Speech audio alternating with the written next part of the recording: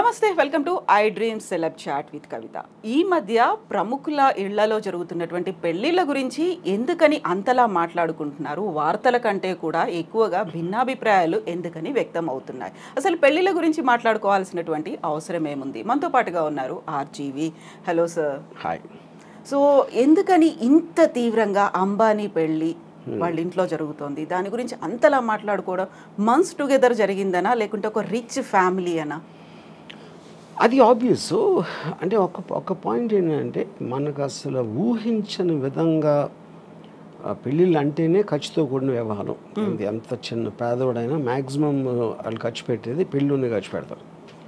ఇప్పుడు దాన్ని ఊహించడానికి వీలు లేకుండా అంత అంటే 5,000 కోట్లు అయిపోయింది అంటే ఆటోమేటిక్గా that will come one under the vulgar display of wealth అని ఒక వర్డ్ ఉండేది.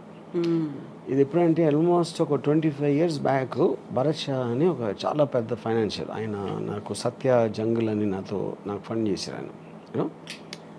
ఆయన ఇంట్లో 25 years బ్యాక్ 25 కోట్లు ఖర్చు పెట్టారు ఆయన కొడుకు పెళ్ళికి. యూనో ఇప్పుడు చాలామంది అప్పుడు పేపర్లో కూడా రాసేవారు, అసలు ఏమనుకుంటున్నారు పెళ్ళికి ఎంత ఖర్చు పెట్టడం అంటే. ఎలా ఉంటుందంటే మీ పేదరికాన్ని ఎత్తి చూపినట్టు ఉంటుంది. మీకు మామూలుగా ఆయనకి ఎన్ని లక్షల కోట్లు బిజినెస్లు ఉన్నాయా లేకపోతే టర్న్ ఓవర్ ఉందా అనేది ఎవరికి అర్థం కాదు. రిలయన్స్ అంటున్నా, జియో, ఇది ఆయన ముఖేష్ అంబానీ గారు ఉన్న బిజినెస్ ఆస్పెక్ట్ ఏవైతే ఉన్నాయో దానికి సంబంధించిన టర్న్ ఓవరు, ఆ స్టాక్ మార్కెట్లో వాల్యూ ఏంటి, ఆయన రిచెస్ట్ మ్యానా అనేది ఎవరికి అర్థం కాదు. అది that's two high the figures. పెళ్ళికి ఎంత ఖర్చు పెడుతున్నారు అనేది అప్పుడు మనం కూడా పెళ్లి చేస్తాం. మనం బిజినెస్ నడపట్లేదు కదా, మనకు తెలియదు, మన కంపారిజన్ ఉండదు. మన ఇంట్లో పెళ్లి జరుగుతుంది, అమ్మాయి ఇంట్లో పెళ్లి జరుగుతుంది, దానికి దీనికి డిఫరెన్స్ అంటే మీరు అత్యంత పేదవాడిగా అనిపిస్తారు మీకు. ఎందుకంటే కంపారిజన్ ఆస్పెక్ట్లో అది more than anything else. So నేను చూసిన అంటే భరత్ షా కొడుకు పెళ్ళి ఒకటి, దాని తర్వాత ఒక 10 years, దాని తర్వాత అయ్యాక సుబ్రతో రాయ్ సారా శ్రీ ఇంట్లో పెళ్ళింది. యూనో అఫ్ కోర్స్ ఇది ద బాప్ ఆఫ్ ఆల్ మ్యారేజెస్. యూనో అప్పుడు కూడా విచిత్రంగా ఏం చెప్పేవారు అంటే, ఇప్పుడు నాకు తెలిసిన ఒక ఆవిడ, షీ మేక్స్ క్యాండిల్స్. సో సారాశ్రీ పెళ్ళి విషయంలో 3 కోట్లు తన ఒక్క బిల్లు వచ్చింది. క్యాండిల్స్ కూడా తను ఒక్కదే చేయాల, చాలామంది చేశారు. అంటే అది 7-8 రోజులు అలా అయింది పెళ్ళి. అది క్యాండిల్స్కి 3 కోట్లు అంటే అసలు మనకి ఎక్కడున్నాం మనం కూడా కాదు, ఎక్కడా లేవు. అది నా పాయింట్. సో ఇప్పుడు ఏంటంటే వల్గర్ డిస్ప్లే ఆఫ్ వెల్త్ అనేది ఆ టర్మ్ ఎప్పటి నుంచో ఉంది. It's not a new term. అంటే మీరు నా దగ్గర నీకన్నా చాలా ఎక్కువ ఉందని చూపించటానికి ఒక సందర్భం క్రియేట్ చేసి, లేకపోతే మీరు ఏదో పేరెంటర్ కానీ మీరు రోజు వెళ్ళి ముఖేష్ అంబానీ ఇంట్లో కూర్చోరు, ఆయన ఏం చేస్తున్నాడో తెలియదు. ఆయన పెళ్లి చేస్తున్నాడు కాబట్టి ఇమేజెస్ బయటకు వస్తాయి, దానికి సంబంధించిన వార్తలు అన్నీ. ఇప్పుడు కానీ దీంట్లో ఎవరికి అర్థం కాదు ఏంటంటే, దీంట్లో ఒకవైపు నుంచి అన్ని కోట్లు ఖర్చు పెట్టి ఇంత పేద దేశంలో ఇంతమంది తినటానికి తిండి లేదు, ఇంతమందికి అసలు ఇల్లు లేదు ఉండటానికి, మెజారిటీ వాళ్ళు అలా ఉన్నప్పుడు పెళ్లి కోసం 5,000 కోట్లు ఖర్చు పెడతారా అనేది ఒకటి రావచ్చు. సేమ్ థింగ్ భరత్ భాయ్ అప్పుడు కూడా వచ్చింది. అప్పుడు భరత్ భాయ్ నాకు చాలా ఇంట్రెస్టింగ్ ఇది చెప్పారు. ఫస్ట్ టైం నాకు డబ్బు అనేది ఏంటని అప్పుడు అర్థమైంది నాకు. తను ఏమన్నారంటే, ఖర్చు పెట్టడం అంటే ఏంటి అసలు అర్థం? ఖర్చు పెట్టడం అంటే నా దగ్గర ఉన్న డబ్బు నా కొడుకు పెళ్లి సందర్భంగా ఆనందంతో నేను వేరే వాళ్ళకి ఇచ్చేస్తున్నా, అది దానం కిందకు వస్తుంది అన్నాడు. దుబారా ఖర్చు కాదు. ఎందుకంటే అదే 25 కోట్లు నేను ఒక ల్యాండ్ కొనుక్కుంటే ఎవరికి ప్రాబ్లం లేదు, ఆ ల్యాండ్ వాల్యూ 1000 కోట్లు అవ్వచ్చు 25 ఏళ్ళకి. కానీ అప్పుడున్న 25 కోట్లు నేను వేరే వాళ్ళకి ఇచ్చిన ఎవరికి ఇస్తారు? ఖర్చు అంటే ఏంటి అసలు మీనింగ్? వర్కర్స్కి ఏదో ఆభరణాలు చేశారు, ఏదో చేశారు, గెస్ట్లను పిలిచారు, తిండి పెట్టారు, ఇది చేశారు, ఇలాంటివి అన్నీ కలిపే కదా. అంటే ముఖేష్ అంబానీ జేబులో ఉన్న డబ్బు వేరే వాళ్ళకి వెళ్ళింది. అంటే అది యాక్చువల్గా మెచ్చుకోవాల్సిన విషయం ఇన్ వే. లేకపోతే ఆయన మళ్ళీ బిజినెస్లో పెట్టో ఏదో రియల్ ఎస్టేట్ ప్రాపర్టీ కొనో లేకపోతే ఏదో కొని ఇంకా ఎక్కువ అవుతుంది అంతే. అందుకని సర్క్యులేట్ అవుతుంది అది యాక్చువల్గా. That is the whole point. So ఇప్పుడు డబ్బులు ఎప్పుడు పోవు, ఒక్క జేబు నుంచి ఇంకో జేబుకి మారుతాయి. ఒక చిన్న ఎగ్జాంపుల్, చాలామంది చిన్న ప్రొడ్యూసర్లు వచ్చి లేకపోతే ప్రొడ్యూసర్ ఎంత డబ్బులు పోగొట్టుకుంటారు అని అనుకుంటారు. ఎంత పోగొట్టుకుంటారంటే పోగొట్టుకుంటారంటే గాల్లో వెళ్ళిపోలేదు కదా, ఏం కాలిపోలేదు, వేరే జేబులోకి వెళ్ళి అతని దగ్గర ఉన్నాయి. అతను ఏదో ఒక విజన్తో వచ్చాడు. ఆ విజన్ కోసం పని చేయడానికి ఎంతో 100 మందికో 200 మందికో డబ్బులు ఇచ్చాడు అందరికీ. వాళ్ళందరూ పని చేశారు. ఆ విజన్ ఫెయిల్ అయింది ఒకడే. అది మిగతా వాళ్ళ దగ్గరికి వెళ్ళింది. That is what is called distribution of wealth, redistribution of wealth వస్తుంది అది concept. So coming back to the marriage, ఇది ఇప్పుడు మీరు ఒక స్పెక్టికల్ క్రియేట్ చేశారు. పెళ్ళి అంటే ఇదిరా అసలు ఏషియాలో ఇప్పుడు maybe I don't know the world అంటే ఈ షేక్లీ చేస్తుంటారు నాకు తెలీదు. But this must be the most expensive marriage apart from ఈ కింగ్స్ క్వీన్స్ అలాంటి దగ్గర ఉందేమో నాకు తెలియదు. మోడర్న్ హిస్టరీలో this must be the most expensive. కానీ మోస్ట్ ఎక్స్పెన్సివ్ అన్నది నేను ఇందాక ఎగ్జాంపుల్ ఇచ్చినట్టు 5,000 కోట్ల దానం ఇచ్చాడు. అది ఆయన చేసింది. అయితే మీరు దీన్ని ఈ రకంగా దానం అన్నప్పటికీ కూడా అంత ఖర్చు పెట్టే బదులు స్కూల్స్ కట్టించవచ్చు, లేకుంటే రోడ్స్ ఇవ్వచ్చు, లేకుంటే విలేజ్ డెవలప్మెంట్ అదే నా point. Every one has their own way of doing that. వాళ్ళ దాంట్లో ఇప్పుడు దానం అనేది ఒకే రకంగా చేయాలని లేదు కదా. మనం అనుకునే స్కూల్ కట్టించారా, టెంపుల్ కట్టించారా, లేకపోతే ఎవరో వికలాంగులకి ఏదైనా ఇచ్చారా అనేది అవి కూడా అది అంటే. కానీ తన ఉద్దేశం నా పాయింట్ తన డబ్బు వేరే దగ్గరికి వెళ్ళింది అనేది పాయింట్. కానీ ఏ విధంగా వెళ్ళింది అనేది ఎవరు చెప్పగలుగుతారు? ఏ విధంగా వెళ్ళాలి అని మీరు నిర్ధారించలేరు కదా. తన డబ్బు కదా, తన ఇష్టం అది. ఇప్పుడు మీరు చెప్పిన ఒక ఎగ్జాంపుల్లో సహారా, సుబ్రతోరా ఇద్దరు కొడుకుల పెళ్ళిళ్ళు చాలా లావిష్గా చేశారు, ఎక్కువ ఖర్చు పెట్టారు. చివరికి ఆయన చనిపోయిన తర్వాత ఆ ఇద్దరు రాలేదు అనేటువంటి వార్తలు కూడా వచ్చాయి. ఇది ఇప్పుడు ఇక్కడ ఈ ఆస్పెక్ట్లో ఒకటి చెప్తాను నేను. పెళ్ళి అనేది ఒక ఈవెంట్, ఒక ఫెస్టివల్ లాంటిది. దట్ ఇప్పుడు చాలాసార్లు మీరు 3 రోజులు పెళ్ళిళ్ళు చేసుకుని సంగీతం ఇది అది అని మేము మామూలు వాళ్ళు చెప్తున్నాం. ఆ పెళ్ళి చేసిన తర్వాత మ్యాక్సిమం అంటే నాకు తెలిసిన నాకు దగ్గర పర్సన్ తన కొడుకు పెళ్లి చేసాడు. He spent a lot of money, అంటే that is the greatest event అని తను ఫీల్ అయ్యాడు. వాళ్ళు ఒక 6 నెలల్లో విడిపోయారు. అప్పుడు ఎవరు ఎదవైనట్టు? ఖర్చు పెట్టినోడు ఎదవైనట్టు, అంతే కదా. ఇప్పుడు ఇక్కడేంటి ఒక పాయింట్ ఏమో చాలా ఘనంగా చెయ్యాలి అని వాళ్ళ ఐడెంటిటీ కోసం, లేకపోతే వాళ్ళు ఫెయిల్యూర్గా ఫీల్ అయిపోతారు. ఇది పేరెంట్స్ చాలా ఘనంగా చేయలేకపోతే పెళ్ళి, దానికోసం ఎంతో కష్టపడి అప్పు సప్పు ఏదో లేకపోతే వాళ్ళ ఆస్తులు అమ్ముకుని చేస్తారు.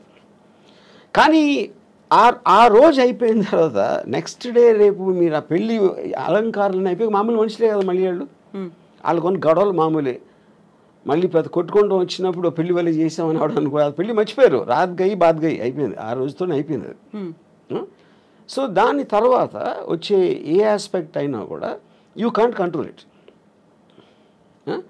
సో అప్పుడు అది రిడిక్యులస్ అండి. అందుకని నేనేమన్నానంటే డివోర్స్ని సెలబ్రేట్ చేసుకోవాలి, పెళ్ళి కాదు.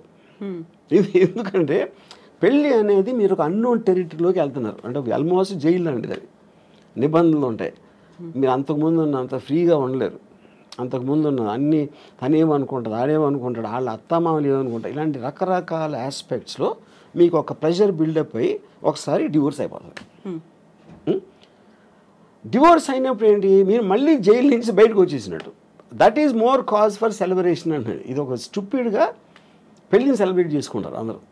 పెళ్ళి అనేది చాలా అంటే అవునా కాదా, పాము కాటేస్తుందా ఇదా అని అంత టెన్షన్తో వెళ్ళాలి. కానీ దాన్ని సెలబ్రేట్ చేసే అంత ఎస్పెక్ట్ లేదు. ఎస్పెషలీ మీరు డివోర్స్ రేట్ ఎంత పెరిగిపోతున్న రోజుల్లో ఆల్మోస్ట్ 60-70% వెళ్తుందని మొన్న ఎవరు చెప్పారు నాకు. So which means the institution it self is failing. అలాంటి సందర్భంలో మీరు అదొక పెద్ద మీ జీవితంలో జరిగిన ఘనకార్యం లాగా ఫీల్ అయిపోయి పెళ్లి చేసుకుంటాం అనేది నా దృష్టిలో చాలా స్టూపిడ్. అది ఇలా ఎంత ఇదిగా ఈ మధ్య కాలంలో అలాంటి ట్రెండ్ కూడా కనిపిస్తుంది. హ్యాపీలీ మ్యారీడ్ అనే బదులు హ్యాపీలీ డైవోర్స్ అంతే. అంతే ఈ మధ్య కాలం ఎప్పుడు అంతే. ఇప్పుడు నేను నా డివోర్స్ అయ్యి ఆల్మోస్ట్ 25 years పైన. కాకుండా మీకు సంబంధించి కూడా ఒక క్వశ్చన్ వచ్చింది కదా, మీరు హ్యాపీగా మ్యారేజ్ చేసుకున్నారు, 25 yearsకి పెళ్లి చేసుకున్నారు. ఆ టైంలో అనుభవించాల్సింది, ఒక ఫ్యామిలీని రన్ చేయాల్సింది అంతా చేసిన తర్వాత ఇప్పుడు డైవోర్స్ తీసుకొని ఇప్పుడు మాట్లాడడం హ్యాపీగా రన్ చేసిన ఎవరు సపోజ్ చేస్తున్నారు? See, when you're taking a decision, you don't know the result. నేను సినిమా తీసినప్పుడు అది ఫ్లాప్ అవుతుందా నాకు తెలియదు కదా. సినిమా తీసినప్పుడు బాగుంటుందా అనుకుని తీస్తా. అది ఫ్లాప్ ఎప్పుడు అవుతుంది? రిలీజ్ అయ్యాక. సో పెళ్ళి బాగుంటుందని పెళ్ళికి ముందు అనుకుంటాం. పెళ్ళి ఫ్లాప్ అయిన తర్వాత ఇంకా పెళ్ళి హ్యాపీగా ఉంటుంది. బట్ అందరి ఎక్స్పీరియన్సెస్ ఒకలా ఉండవు కదా. ఒకలా ఉండవు. Of course that I'm not generalising this, but the amount of people, number of people in today's times especially, అప్పుడు లేదని కాదు, అప్పుడు ఉంది, డివోర్స్ అనేది కొత్తది ఏమి కాదు, you know, it is rising much more, which basically for the reasons maybe the women, అంటే ప్రతి మనిషి ఒక ఇండిపెండెన్స్ కోరుకుంటాడు. ఇంకొకళ్ళ కోసం వాళ్ళ కోరికలు కానీ వాళ్ళు చేయాలనుకుంటున్నాయి జడ్జిమెంటల్గా అవ్వటానికి ఎవరు ఇష్టపడరు. మ్యారేజ్లో అది కంపల్సరీ అయిపోతుంది. నా భార్య ఎలా ఉండాలి, నా భర్త ఎలా ఉండాలి, ఎందుకు నన్ను సినిమాకి తీసుకెళ్ళట్లేదు, ఎందుకు, అది కాన్స్టెంట్గా ఒక పర్సన్ మీద మీ హ్యాపీనెస్ని వదులుతున్నారు మీరు. ఆ ప్రెషర్ తట్టుకోలేక it will lead to the divorce finally, which will be the most common reason, incompatibility. Divorce అనేది అరేంజ్డ్ మ్యారేజ్లో కనిపిస్తుందా, లవ్ మ్యారేజ్లో? లవ్ మ్యారేజ్లో ఎక్కువ అవటం ఛాన్స్ ఉంది డివోర్స్. దానికి కారణం ఏంటంటే లవ్లో ఎక్స్పెక్టేషన్స్ ఎక్కువ ఉంటాయి. ఇప్పుడు పెళ్ళికి ముందు నువ్వు లేకపోతే నేను బతకలేను, నువ్వే నా జీవితం, ఇలాంటి డైలాగ్స్ అన్నీ వాడతాడు. అది నిజంగా అతను ఫీల్ అవ్వచ్చు కూడా ఆ టైంలో. బట్ తర్వాత ఇంటెన్సిటీని మీరు కంటిన్యూ చేయటం అనేది చాలా ప్రాబ్లం అవుతుంది అదే డిగ్రీలో. So you start taking each other అనే గ్రాంటెడ్ లెవెల్లో. అప్పుడు అమ్మాయి విల్ ఫీల్ బిట్రేడ్. అప్పుడు అలా అన్నాడు, ఇప్పుడు ఇలా చేస్తున్నాడు అనేది. Similar it can be the reverse. What ever అమ్మాయి అప్పుడేముంది ఏంటి, what ever it is, you know. Now that is a separate topic, no? So into ఆ టర్మ్స్లో మ్యారేజ్ అనేది బ్రేక్ అవ్వటానికి ఎక్కువ ఛాన్సెస్ ఉందని మనకు అర్థమైనప్పుడు, more than majority of the కేసెస్లో, అప్పుడు పెళ్ళి అనే ఇన్స్టిట్యూషన్ ఇంత పెద్ద సీన్ చేయటం అనేది నాకు,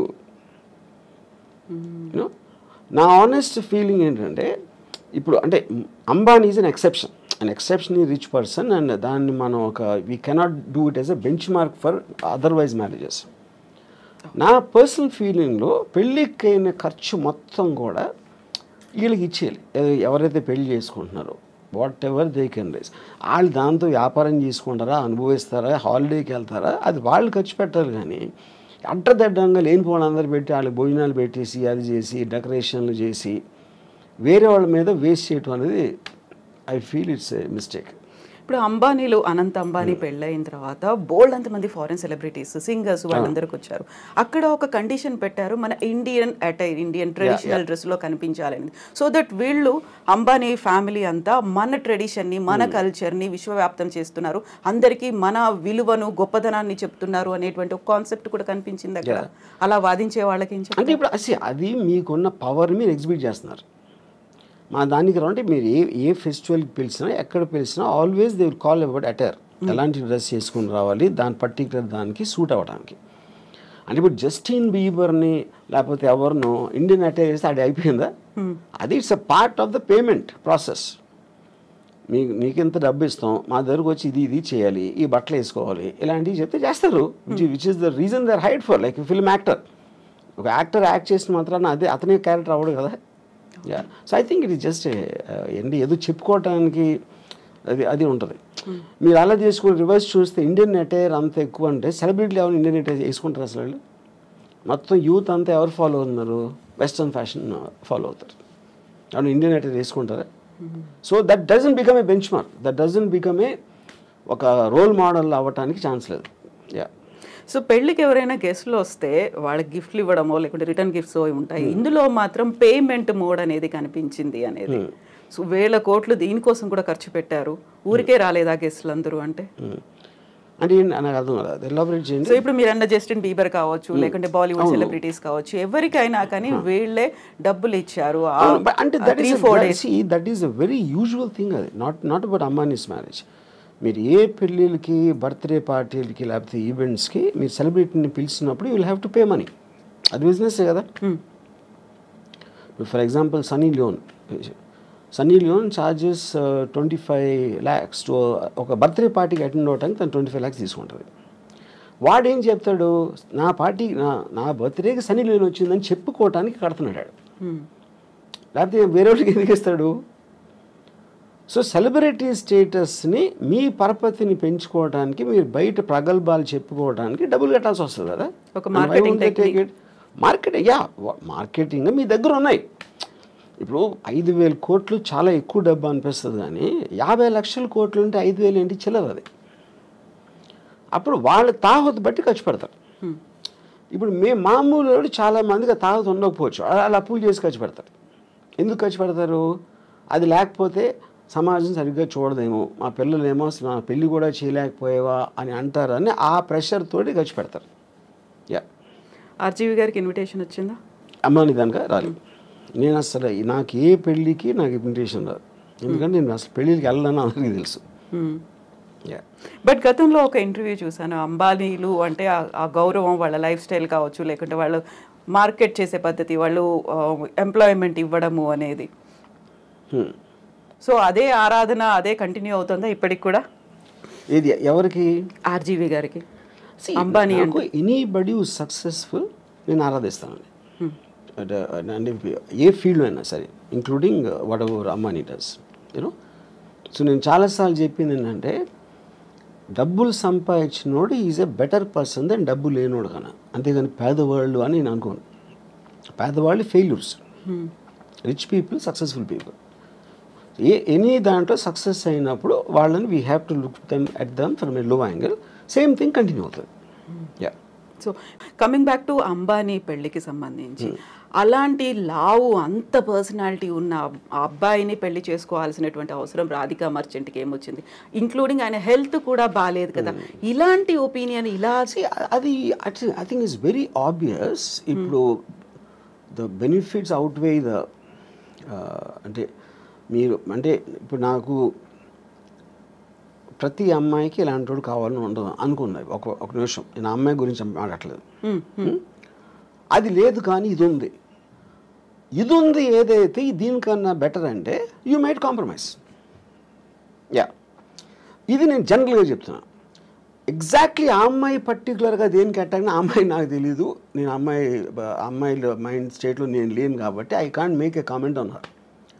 but if you want me to speculate on that, మీకు కావాల్సింది లేదు కానీ అతని దగ్గర వేరే ఉన్నాయి ఏదైతే అది కాంపెన్సేట్ చేస్తుందంటే చేస్తాం.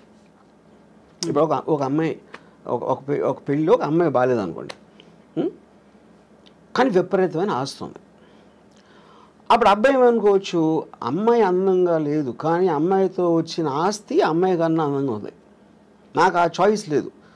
వీడికి కావాల్సింది ఏంటి, అమ్మాయి అందంగా ఉండాలి, ఆస్తి ఉండాలి అనే ఆప్షన్ దొరకనప్పుడు ఇక్కడ మీకు ఆస్తి ఎక్కువ అమ్మాయి ఎక్కువ అనేది వస్తుంది సజెషన్. వెయిటేజ్ దేనికి ఎక్కువ? తర్వాత దానికోసం ఆడు అదేంటి అమ్మాయి అందాన్ని సాక్రిఫైస్ చేసి ఆస్తి అనుభవిద్దాం అనుకోవచ్చు, లేకపోతే ఇంట్లో ఉంచి నేను వేరే అమ్మాయిలతో ఉంటాను అని ఆడు ఇంకో ప్లాన్ చేసుకోవచ్చు, రకరకాలు ఏదైనా అవ్వచ్చు. But the point is all of us we will choose the options available to us. ఒక పేద ఇంటి అందమైన అమ్మాయి భార్యగా కావాలా, లేకపోతే చాలా రిచ్ పర్సన్ అందం లేని అమ్మాయి కావాలా అనేది అప్పుడు మీరు దేనికి ఎక్కువ వాల్యూ ఇస్తారనే దాని మీద ఆ ఇండివిజువల్ మీద డిపెండ్ అవుతుంది. యా.